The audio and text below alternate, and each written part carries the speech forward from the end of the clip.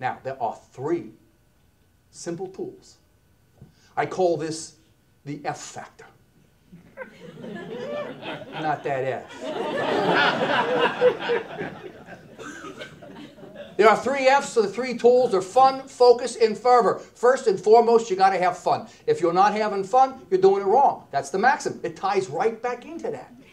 Now, I have people who want to question and challenge my maxim. Other people want to know, what's a maxim? Well, maxim is a universal truth. And theoretically, you can't really challenge a universal truth, right? So, let's say you could.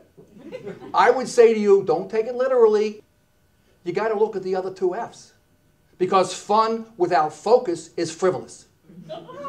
See, I'm not saying frivolous fun is forbidden. But in order to be your best, you have to focus on what you're doing. It's when we lose focus that things fall apart. And focus is also the cornerstone to giving great customer service. Now, you remember that movie Back to the Future? It's like the 1950s, and a car pulls up into a gas station. They got 4 guys in uniform running out, and they're checking the water and the oil and the windshield cleaning and pumping the gas and the tires. Everybody was laughing because it was an exaggeration, but in the 50s, you didn't get out of your car. They were called service stations. Okay, let's flash forward here to the 21st century.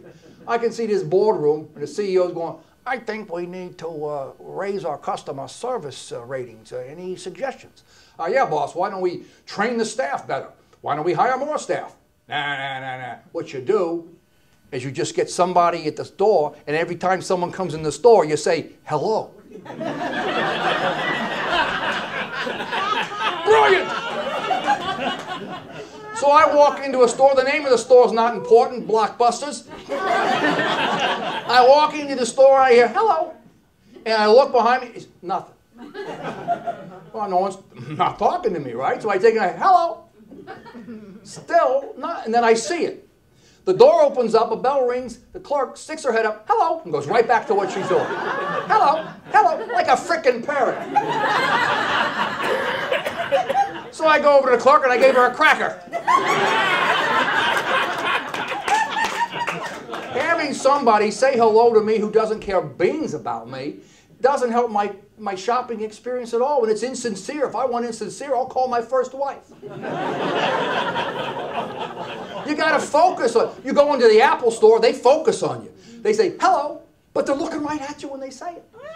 Okay, a couple weeks ago, I'm in this store that my attorney said I shouldn't mention the name, but let's just say it's not the worst buys. And they got a parrot man standing at the door. He's saying hello to everybody coming in. He's saying goodbye to everybody going out. He's multitasking. So his back's to the door, so he doesn't see me until I get past him. He says hello. But see, now I'm getting quick on the turnaround. I hear, hey! And I see him. I walk up. You talking to me? Do I know you? Oh, no, I just, you said hello, so I thought maybe you know me, and I was embarrassed because I didn't recognize you. My name's Vinny. What's your name? Robert. How you doing, Robert? That's a nice shirt, Robert. Is that your shirt or did the company? I am making him work for his hello. See, now Robert's going into overload. People are leaving the store, people coming in the store. He's trying to say hello and goodbye. And I'm trying, he's so confused, he's texting himself. Focus, Robert. Focus on the one person who's trying to get your attention. Now, granted, I only came into the place to find out where the closest liquor store was, but that's not the point. Misguided. Now, a lot of you might be thinking, okay, why is he going so much on customer service? Well, let me explain this to you. Customer service isn't just between you and a clerk in an electronics store. It has to do with every person you talk to, every person you meet. When you're talking to somebody, you should focus to that person. If you're not giving good service to them. If I'm talking to you and I've got something important to say to you, I don't want you texting. I'm looking right at you. You're not dumb on your smartphone, you're just rude. The third F in the F factor is for fervor. Now, fervor is an F word that means passion. Now, some people say, well, why don't you just use the word passion? Because it doesn't begin with an F.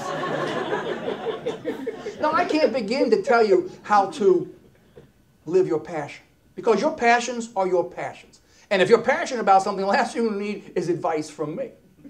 So here's a final fact. Fervor trumps fun. Now, hear me out. A lot of you are thinking, oh, that's contradicting to the maxim. If you're doing something, maybe some of you weren't saying that. Okay. Here's the thing.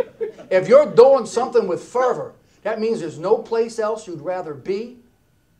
There's nothing else you'd rather be doing. And to me, that's the very definition of fun.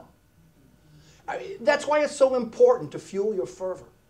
Fueling your fervor is about finding ways to express yourself in your day-to-day job and doing things in your work that impress yourself, not other people, because it doesn't matter what other people think. It's about you. It's always been about you.